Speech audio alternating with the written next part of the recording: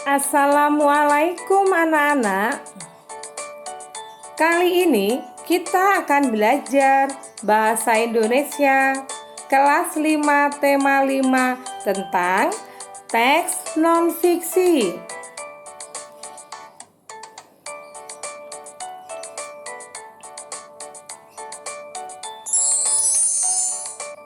Teks non-fiksi adalah teks yang berisi informasi berdasarkan fakta atau kenyataan.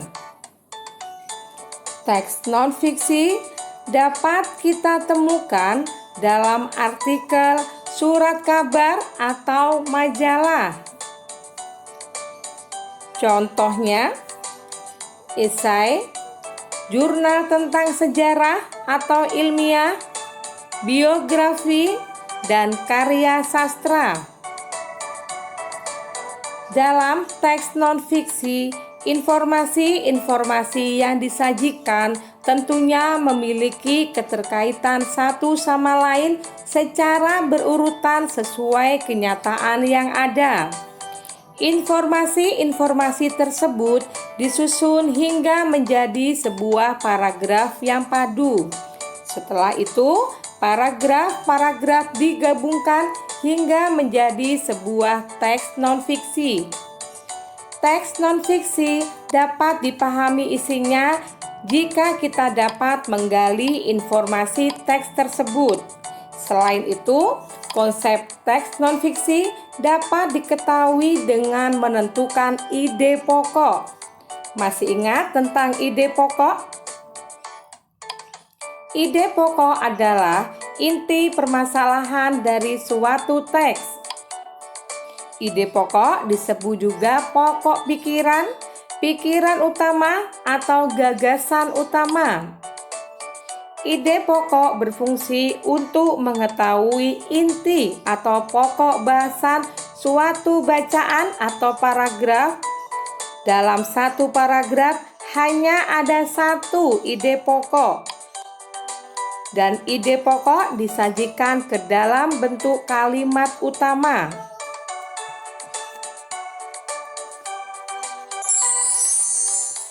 Untuk menentukan ide pokok, kita harus membaca teks dengan seksama, kemudian mencari kalimat utama. Setelah kita temukan kalimat utama, kita bisa menemukan ide pokok. Karena ide pokok terdapat pada kalimat utama.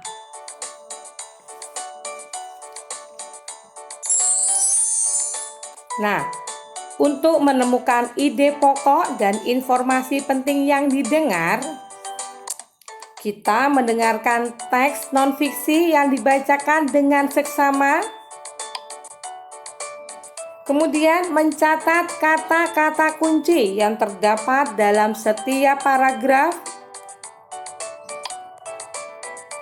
Kita gunakan kata tanya apa, siapa, di mana, mengapa, dan bagaimana untuk membantu menemukan ide pokok dan informasi penting pada setiap paragraf.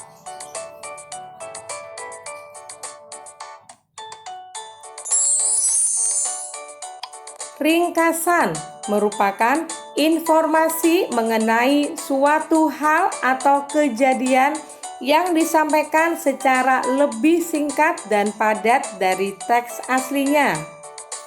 Membuat ringkasan teks non-fiksi berarti menyajikan teks non-fiksi secara lebih singkat dengan mengambil intisari atau ide pokok dari teks tersebut.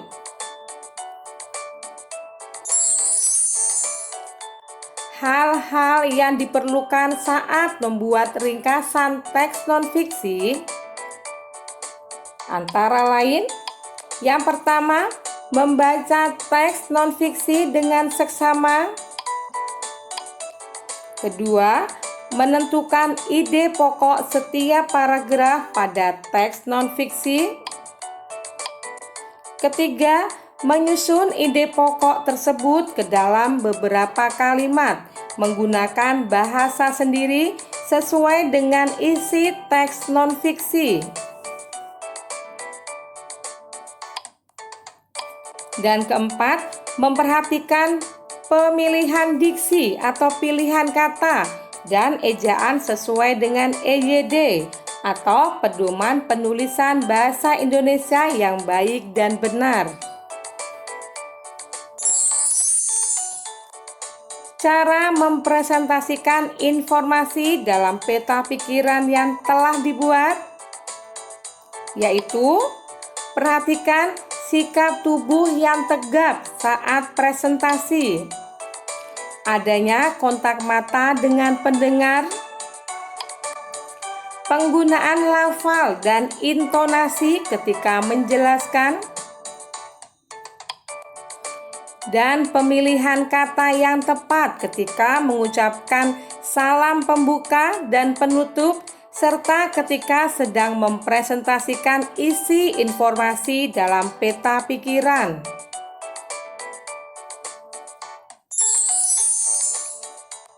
Hal-hal yang harus dilakukan untuk mengembangkan ide pokok menjadi kalimat utama.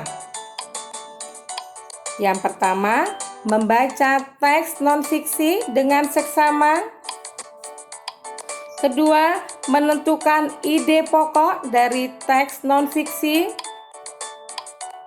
Ketiga, membuat kalimat baru yang berisi ide pokok menggunakan bahasa sendiri. Keempat, menggunakan diksi dan ejaan yang tepat saat mengembangkan ide pokok menjadi kalimat-kalimat utama.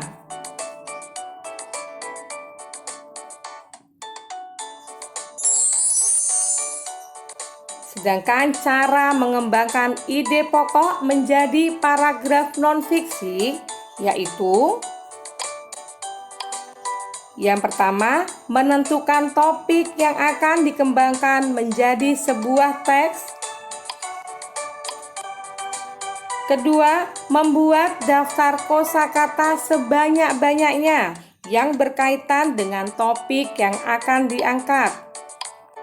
Ketiga, menuliskan ide-ide pokok berdasarkan kosakata yang telah kamu temukan. Keempat, membuat kalimat utama dengan mengembangkan ide pokok.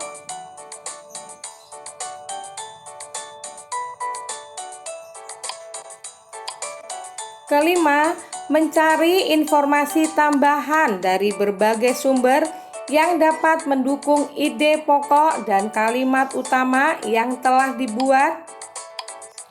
Keenam, membuat kalimat pendukung berdasarkan informasi tambahan atau kosakata yang telah kamu tulis sebelumnya. Dan ketujuh, menyusun kalimat utama dan kalimat penjelas sesuai urutan sehingga menjadi sebuah paragraf yang padu.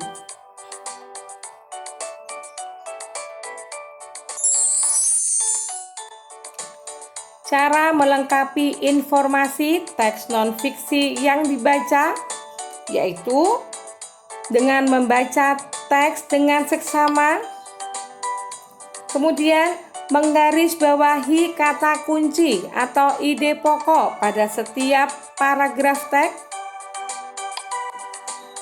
Nah, kemudian menjawab pertanyaan yang diberikan.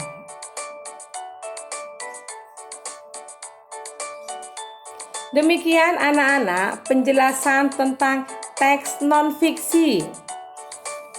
Semoga bermanfaat dan tetap semangat ya. Wassalamualaikum warahmatullahi wabarakatuh.